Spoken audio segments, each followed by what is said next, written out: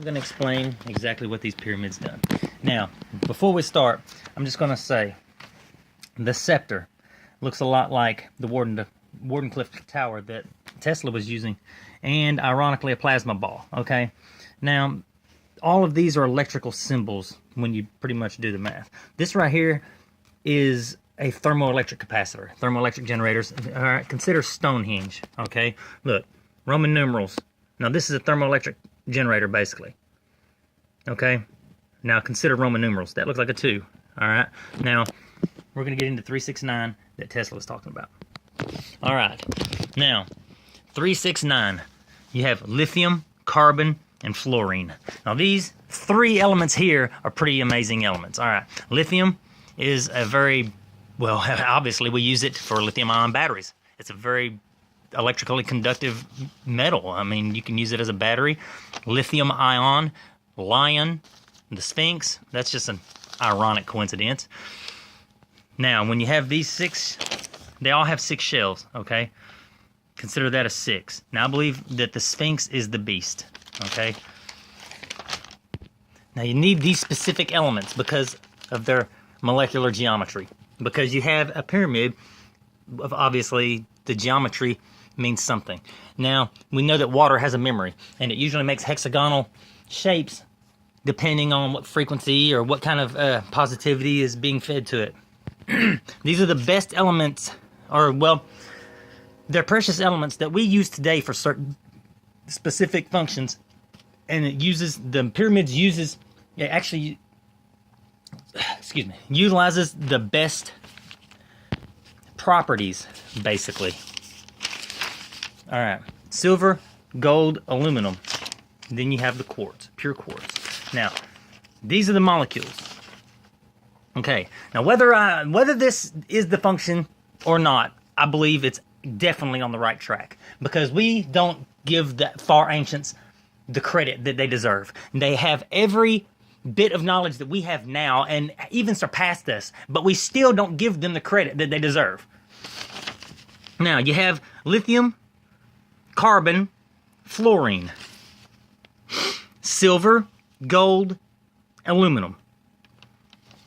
And then you get Metatron's cube, the forbidden molecular geometry. Now, Metatron's cube, the Triforce, all this stuff, it just ironically consider it being like something that movies have put out there just to kind of hide from people. Put it out in the open, keep something hidden right out in the open. That's the best place to hide something.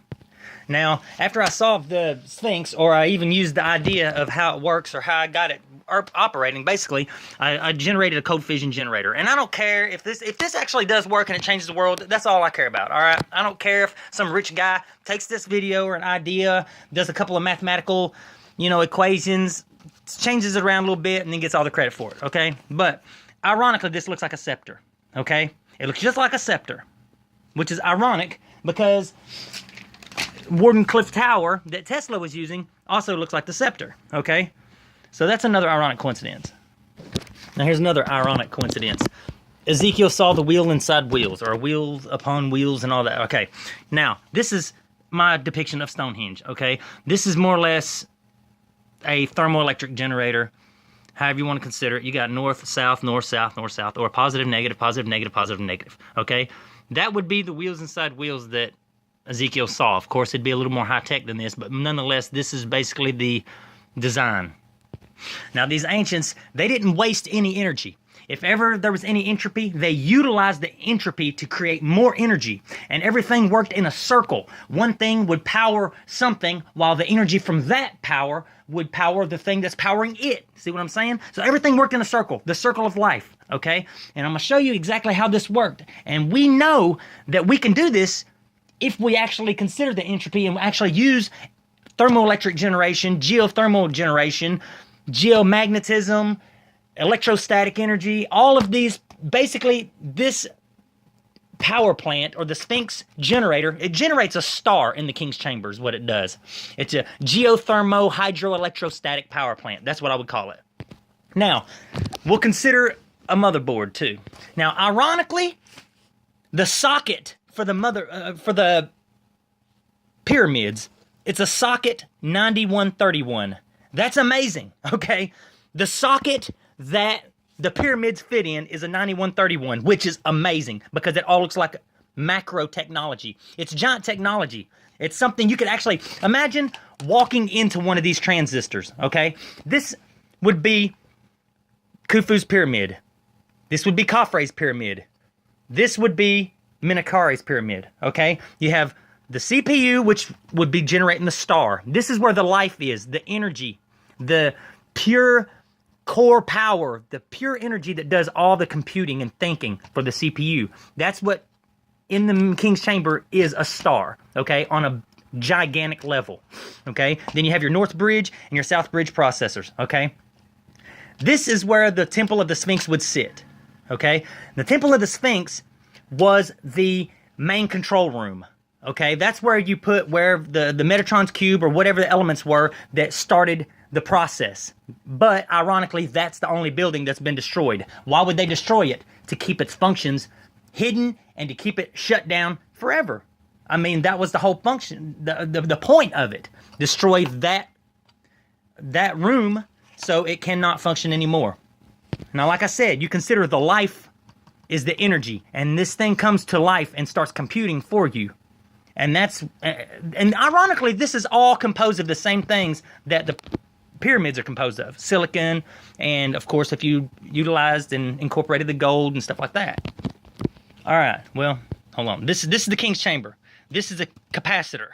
It's an arc light is what it is. The Koso artifact is an arc light, ironically. Now, we've found things that look like arc lights. This is an ancient technology. This arc light technology, it lights stars, and they have to use certain elements to be able to create the ionized hydrogen and oxygen, which are diamagnetic materials, or elements, mind you, which compress under magnetic fields. How ironic is that? Now, okay, this is the subterranean chamber. You're going to end up creating H2, H3, O2, okay? Say you have salt water, okay? You're using electrolyte, all right? You're using electrolyte. Basically, it would be salt. Or selenite, because selenite just happens to be a trigonal geometric shape or molecular structure also, because it's technically salt or sodium. All right, now, you would have lithium and fluorine in this water. Now, fluorine is a very reactive chemical, and if the pyramids were a gift to the Nile, then fluorine would clean the water up some. I mean, we use it in water to, kill germs, bugs, whatever. All right? That's what this would do. Basically, this would be the gift to the Nile, because this fluorine would be creating hydrogen for us at the same time, for them, at the same time, it would be cleaning up the water some, or purifying it in some way. Okay, now you have that anode, the cathode, and you have another, technically you have two anodes and a cathode. You have a ground and two hots, more or less. All right, we'll say this is the ground, and this is an anode. This is creating high UV, it's going to be high UV generation. This is going to be light. Light's going to be produced in this chamber, and it will be sent through here. Because we know that lithium fluoride can create light. It creates a high UV generation. I'm getting ahead of myself. It's a high UV generation, basically. All right. Now, we know that we suspect that they used mirrors to shine light through these. All right. I don't believe it was mirrors, in fact. I believe it was actually quartz crystal. All right. Now, once you got this light and these gases being created in this chamber, they're going to end up moving up through here. And you can direct. There was something right here. Now, it could have been some kind of transformer. It could have been a step-up transformer, a step-down transformer. It could have been a capacitor. It could have been a coil, even. Regardless, this would move. The gases would be pushed up through here into the well chamber, and it would end up going into the Hall of Records. All right. Now, the light would be pushed through here also. Now, it would refract through here. Pardon, this is pretty sloppy.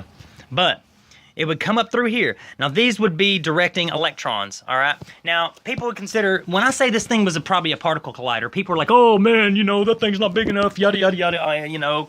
Particle colliders are big, complicated machines. It's an yada, yada. Sorry. Okay, a particle collider is not really that complicated, Okay, a particle collider is nothing but an electron gun. The only reason it's 16 miles long or however long it is because they're trying to get it up to the speed of light, which you cannot do in Earth's atmosphere with a body of mass such as this planet so close to it. You'd have to actually be floating around in 0 G, most likely, to accomplish speeds that fast. All right. The gases move up through here. Okay, the light moves through here.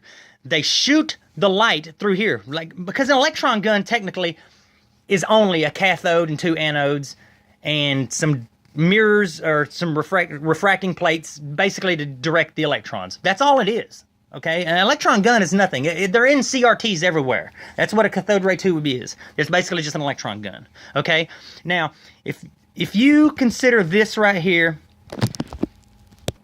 if you consider it something like this, this is exactly how it would work. All right, the carotid artery. Okay, that feeds you your blood. All right, that's what this does. It creates the hydrogen and the light.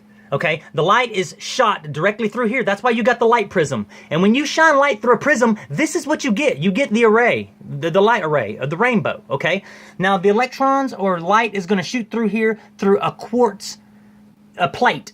Okay, and this plate is going to end up shooting into a capacitor, which arcs. And when it arcs, it's going to end up igniting all of that hydrogen and ionized gas. Now, if you're going to create a star right here and you're going to arc that, you can get an explosion. And that's why we find blown up pyramids, or we have found blown up pyramids. What has the power to blow up a pyramid? Well, if you're trying to create a star inside it, then you're going to blow it up unless you do it right. Okay? Now, if you have a strong magnetic field, that's the only way to harness this. Okay? Now, you're going to have the outside. The outside's going to have to be aluminum. Okay, because it's going to be able to pull in the static energy from the universe or from the Earth's rotation, from the planet itself, this and that, yada, yada, yada. Okay, but it's not going to interact that much with the magnetism because aluminum has a very weak interaction with magnets. Okay, and we know this. All right.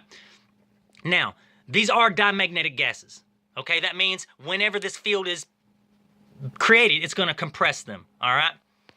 Now, if you consider this the pituitary gland, this the carotid artery, what does the pituitary gland do? It helps us grow, okay? That's what this would do. These gases would move up through here, and the light would move through here and shoot through there, just like it would like in an electron gun, all right? These would help that perpetuate. This would help it grow, and that's what would be in here. It'd be, say, probably more fluorine, or even some kind of more deflecting plates with UV generation, okay? With lithium and fluorine, more or less, lithium fluoride. Okay, once that shoots up through here, it goes through this plate, and it shoots into this capacitor, okay? These right here are charged, okay? These help this, and this is actually a diode that directs the energy up. Now, this would be the negative energy that ionizes the ionosphere, basically. Now, when you consider a strong magnetic field, you're going to have one on each side of the planet. And ironically, Inket means glorious light. That's what they call the pyramids. Now, see, if you're creating an artificial field over here, gravity, you're going to have one over here to create a balance. You're going to have to strategically place these magnetic fields all over the planet to keep it from, to prevent a polar shift, basically. I believe that this is what happened. These machines malfunctioned, or one went down, something happened, and it caused a polar shift over 10,000 years ago. This is a simple electron gun. There's nothing to it. Now, if you consider you have the positive and negative, then you have another positive right here. This would be where they're being directed with quartz plates, or maybe even truly mirrors, maybe even some sort of mirror that actually does deflect them somehow. But regardless, now the higher you go, you have equipotential lines. The higher you go, the more current you can get. And these sites on the 33rd and parallel are all 6,666 kilometers apart. And if you multiply that times 12, considering the 12 signs of the zodiac, you get the circumference of the planet, which is another ironic coincidence. Okay, here's the selenite molecule, salt, more or less. This right here is in Egyptian hieroglyphs. It's a thermoelectric capacitor. Now, fluorine is the most conductive and reactive element that we have, or at least one of them. And that would be why 369 that Tesla talked about is very important. Because 3 creates power, 6 is carbon. Now, This would be a carbon filament here that would heat up. Now, this is basically a lamp. It's more or less like a wick lamp. Look at the design of a lamp and then look at this. This is a lamp that lights a star. Now, consider these people are very, very intelligent, all right? They know everything we know and probably even a little bit more. And we can't replicate their work, so we have to consider that they surpassed us in many ways, okay?